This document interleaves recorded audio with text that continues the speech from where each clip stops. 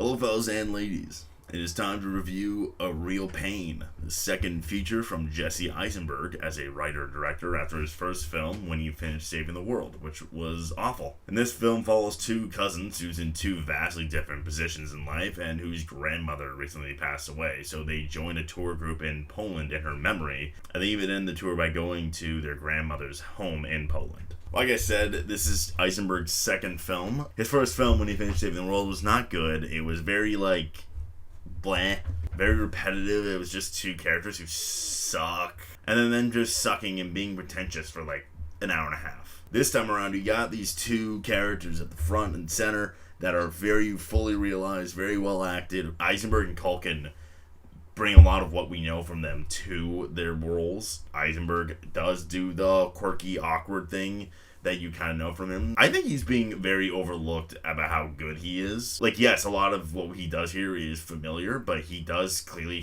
have something deep underneath all the awkwardness, all the meekness, all the nervousness. He has a monologue in this movie that I'm that really helped me contextualize the whole film, and his performance in this moment is pretty breathtaking. But I do kind of get why Eisenberg is overshadowed, because Kieran Culkin kind of knocked my fucking socks off. He's doing the loudmouth Roman Roy stuff we kind of know from him, that whole say what comes to mind mentality thing.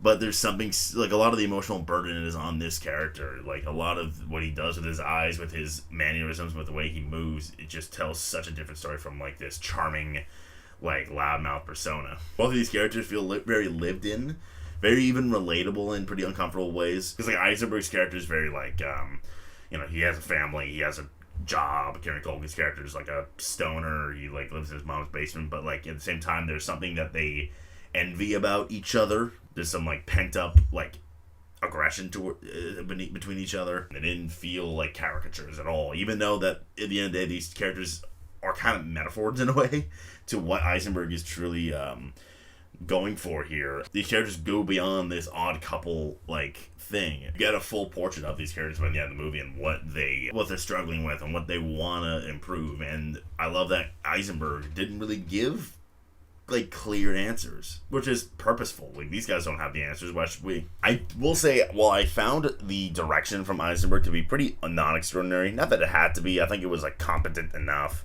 Good use of long takes, good use of scenery in Poland. Overall, I was the direction did nothing for me. I think his writing went up a whole new notch. The writing is very funny, very quirky. I remember watching When He Finished Saving the World and being yeah, Jesse Eisenberg wrote this. This one didn't feel that way. Like I said, the character writing is so brilliant, but also the way that he uses this, Poland tour, which is obviously ripe with tragedy, because a lot of it deals with the Holocaust. The way he implements that into this grand story of heritage or generational trauma is so well constructed. I struggle to call it generational trauma because it doesn't, it feels like there's more than that. Yes, there is dealing with familial trauma. Obviously, the grandmother passed away. They're dealing with, this idea of, immigration and how, second generation and third generation immigration, how they kind of feed off each other. The almost heroism of the first generation of immigration kind of gets lost. So that's why I'm all right, yes, it's generational trauma, but there's something more. The use of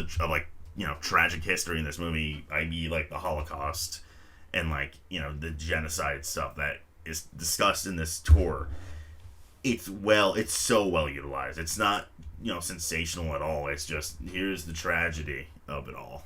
You might be confused why I'm bringing this up in an otherwise odd couple movie, but there is a reason why it's so important to this movie that I dare not spoil. But at the same time, while the film doesn't really have a quote-unquote happy ending, there is something very emotionally cathartic about this film. There is something very emotionally satisfying about watching these two kind of vent. Watching kind of what a hothead Kieran Culkin's character can be, in a way where he's kind of bursting out, kind of just saying what he has to, what he thinks he needs to say, and it's well, is he being a dick right now? Or is he fucking right? Again, Kieran Culkin, he's truly a force. But I think what Eisenberg was able to pull off with, these two characters that he constructed, and this grand idea of heritage and familial trauma, I think it just works out so well. And while your first impression on leaving the movie might be wow, that was a really good, emotionally satisfying and beautiful movie, I think the more you digest it, the more it kind of reveals something deeper. That said, one big flaw of this movie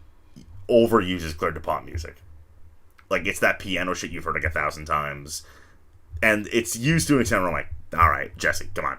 Come on. But A Real Pain has only grown on me in the past 24 hours. Eisenberg's direction isn't anything to gawk at, but it's a clear improvement for him. And him and earth-shattering Kieran Culkin come together and make something truly hilarious, emotionally cathartic, and genuinely fascinating. I love this movie the more I sit with it, and honestly I was going to give it an 8.5, but I think I'm going to go ahead and give it 9 Roman Roys out of 10.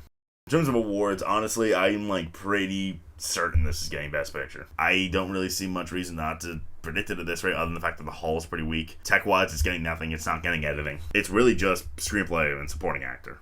And that could be enough to be like a bottom-tier contender. I think Eisenberg will absolutely get nominated for a script. I even think Kieran Culkin could be in the winning conversation for supporting actor, although at this point in time, I don't think I would put him above Clarence Macklin or Guy Pearce, but there is an argument to be made for Kieran for sure. But this movie will get nominated for Best Picture. That is a confidence thing on my end. Alright, that is that.